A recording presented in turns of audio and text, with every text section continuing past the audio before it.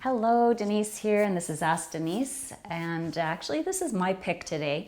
You know, in yoga, we are very, I'm going to say performance-based. You know, when we show up for yoga class, it's like we're at the top of our game doing a performance. You know, if we were in other athletics, say gymnastics or team sports or whatever, you know, your performance of your sport or your activity is different than your training for that activity. So I think that's a concept actually we can bring a little bit more of that into the yoga practice so that we can use prep poses and what I call priming poses to actually improve the way we do our postures and to prepare us for some of the more challenging postures like, you know, single leg balancing, of course, things like Ardha Chandrasana. You know, some of those poses that maybe come a little later in the practice would really benefit from us training and prepping and priming for those poses a little earlier in the class. So when I talk about priming though, I'm actually meaning something kind of specific.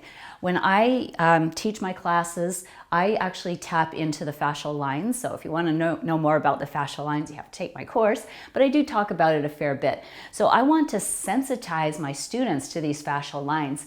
And it's not just the fascial lines, because when we tension these fascial lines, which I'll show you some postures where I do that and I'll explain a little bit more about it, but we're actually making our sensory receptors, our proprioceptors, more sensitive. So when we tension these fascial lines, we are more proprioceptively sensitive. That means that it's going to help us in balancing poses in particular. So we're going to know where we are in space. We're going to be more solid and stable.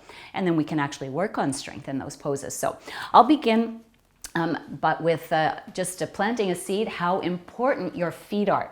So, you know, it's actually a great idea to do a few postures at the beginning of the practice where you're really like stretching this plantar fascia a little bit.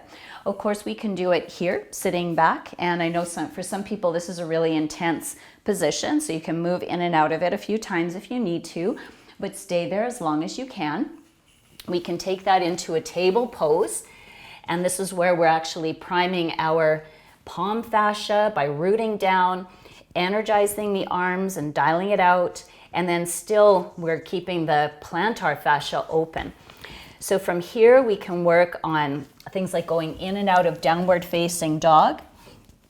And again, I'm just developing, this is mainly me working with my feet proprioceptors and my hands. So you can see what happens at my toes and at my ankles as I go through a couple ranges here, just considering that I'm priming my fascia here. And then I can take this into some forward fold. This is my favorite iteration of forward fold with knees slightly bent, arms wrapping around the back of the knees, and then I'll energize down into my feet and dial my knees away from each other. Pressing my outer knees into my upper arms is going to help me find the fascial lines, those lateral lines that stabilize my knee and my hip.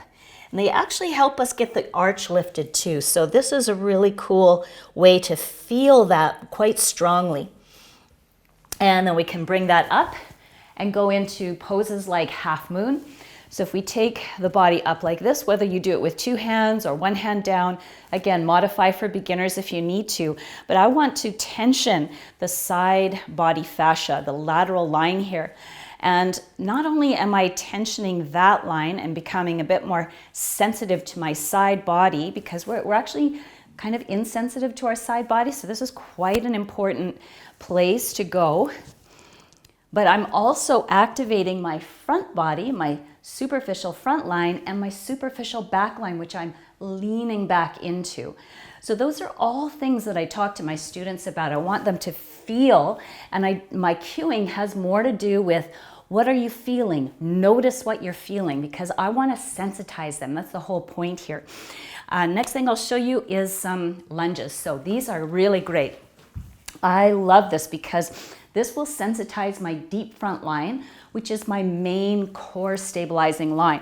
So I sink my front foot in and I'm going to tug back on it. You can see that I'm actually dragging the skin a little bit. That is also good for my foot proprioceptors. Then on my back foot, I'm gonna actively draw my toe toward my knee. You can see what I'm doing. And then I'm gonna keep that actively pulling toward my knee. So my front foot pulls back, my back foot pulls forward, and that can help me awaken the inseams of my legs, because I want to draw that energy in to the pelvic floor and then start sending it up the very center of my body, which is where the deep front line structures all live. So I want to find that activation. It's going to really help me with my ujjayi breathing later. So as I pull that up, you might decide to bring the hands up. Whether you do that or not is just completely up to you. You can also take this into a side bend and activate the lateral line at the same time. So there doesn't need to be too many layers here. Give people something to really focus in on, and you're gonna really sensitize them. So the next part of this would be, now I'm going to give them an experience of the body activating as one piece. This is where it really gives you sensitivity for your single leg standing balances. So we start by pushing straight down into this front foot. As I push straight down, I'll draw my students' attention to how much upward lift into my core that gives me. Then I direct their attention to the back great toe itself and the great toe mound. They're strongly activating back now. And again, that wakes up a very straight trajectory of energy in my body. If I begin from here and I activate that way, I find that I can reach my hands forward and it feels quite accessible. Not so. If I was just here and just hanging out on my bones, this would feel like a lot of work. But I'm energizing so strongly that zing, this just feels like so natural. My fingers, you see I'm still priming my hands, and I'm creating a direct experience of my body as one piece here. This is really, really a strong posture. And that posture is going to translate into, a standing pose like this, or even bringing my leg out in front, or even bringing myself into Ardha Chandrasana. So all of those are helped by priming the fascia first. So I bet you know lots of what you would consider prep poses. So how can you use those prep poses to draw attention and sensitivity into the body? Get people to feel how they're stabilizing.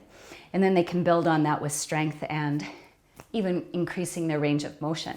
Because once you feel stable, that's a much more natural outcome.